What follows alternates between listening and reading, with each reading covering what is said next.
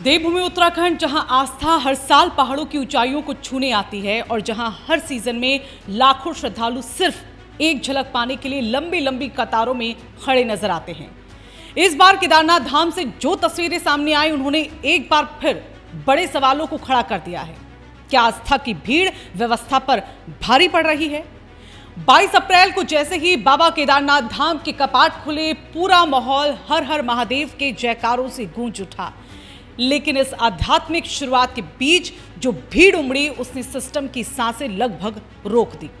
पहले ही दिन करीब 38,000 श्रद्धालु बाबा केदार के दर्शन के लिए पहुंच गए और जैसे जैसे समय आगे बढ़ा, भीड़ और अधिक बढ़ती चली गई। नतीजा ये हुआ कि लाइनें लंबी होती गई, बैरिकेड्स पर दबाव बढ़ता गया और धैर्य जैसे कहीं पीछे छूट गया हो। सोशल मीडिया पर एक 23 सेकंड का वीडियो तेजी से वायरल हुआ, जिसने पूरे देश में बहस को छेड़ दिया। इस वीडियो में साफ देखा जा सकता है कि कैसे दर्शन की लाइन में लगे श्रद्धालुओं के बीच कुछ लोग बैरिकेड्स फांदकर आगे घुसने की कोशिश करते हैं। कहीं धक्का मुक्की, कहीं बैरिकेड्स पर चढ़ने की कोशिश और कहीं भीड़ के बीच असंतुलन। दृश्य इतने अव्यवस्थित हो जाते हैं कि कई जगह पर स्थिति लगभग बेकाबू नजर आती है। इसी अफरा तफरी के बीच एक जगह जो हालात इतने यहां पर बिगड़ते नजर आए कि लोगों ने एक शख्स को घेरकर विरोध भी जता दिया। जैसे ही वीडियो वायरल हुआ, सोशल मीडिया दो हिस्सों में बंट गया। एक तरफ वो लोग थे जो श्रद्धालुओं के अनुशासनहीनता पर सवाल उठा रहे थे, तो दूसरी तरफ वो लोग जो पूरी जिम्मेदारी सिस्टम और भीड़ प्रबंधन पर डाल रहे थे। एक यूजर ने गुस्से में लिखा कि जब सब्र ही नहीं तो ऐसे पवित्र स्थान पर आखिरकार क्यों जाते हो? भेड़ों की तरह दौड़ लगाओगे तो व्यवस्था क्या करेगी? वहीं एक अन्य यूजर ने तीखा तंज कसते हुए कहा कि रील्स का जमाना है, लोग दर्शन से ज्यादा वीडियो बनाने जाते हैं। पहले इतनी भीड़ नहीं होती थी।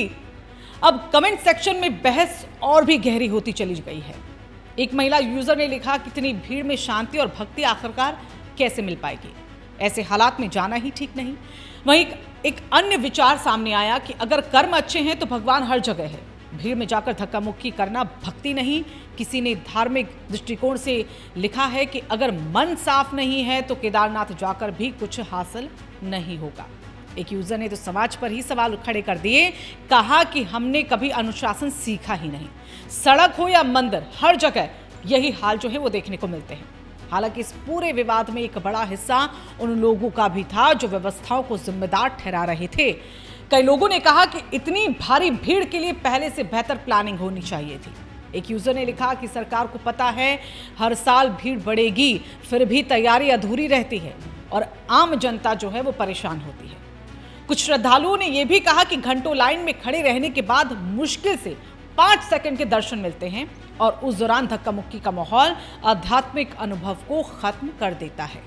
कई भक्तों ने अपनी व्यथा बताते हुए कहा कि इतनी भीड़ और अव्यवस्था के बीच शांति और आध्यात्मिक जुड़ाव जो है वो महसूस करना लगभग असंभव हो जाता है।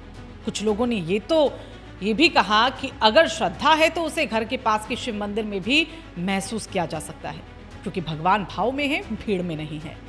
इस पूरे घटनाक्रम ने एक बार फिर से बड़ा सवाल खड़ा कर दिया है कि क्या भीड़ को नियंत्रित करना असंभव हो गया है? क्या आस्था अब अनुशासन से ऊपर जा रही है, या फिर सिस्टम अभी भी उस स्तर तक तैयार नहीं है जहां लाखों की भीड़ को सहज तरीके से संभाला जा सके? केदारनाथ की ये घटना सिर्फ एक वायरल वीडियो नहीं है, बल्कि एक आईना है जिसमें हम सबको खुद को देखने की जरूरत बिल्कुल है। सवाल यह है कि क्या हम आस्था को शांति के साथ निभा रहे हैं या फिर भीड़ का हिस्सा बनकर उसका स्वरूप ही बदल रहे हैं? और अब आखिर में, अगर आप भी इस पूरी घटना पर अपनी राय रखना चाहते हैं तो हमें कमेंट में ज़रूर अपनी राय को शामिल कीजिएगा। वीडियो को पसंद आया हो तो इसे लाइक कीजिएगा, शेयर कीजिएगा और अगर आप हमारे चैनल पर नए हैं तो इसे सब्सक्राइब करना बिल्कुल भी ना भूलें।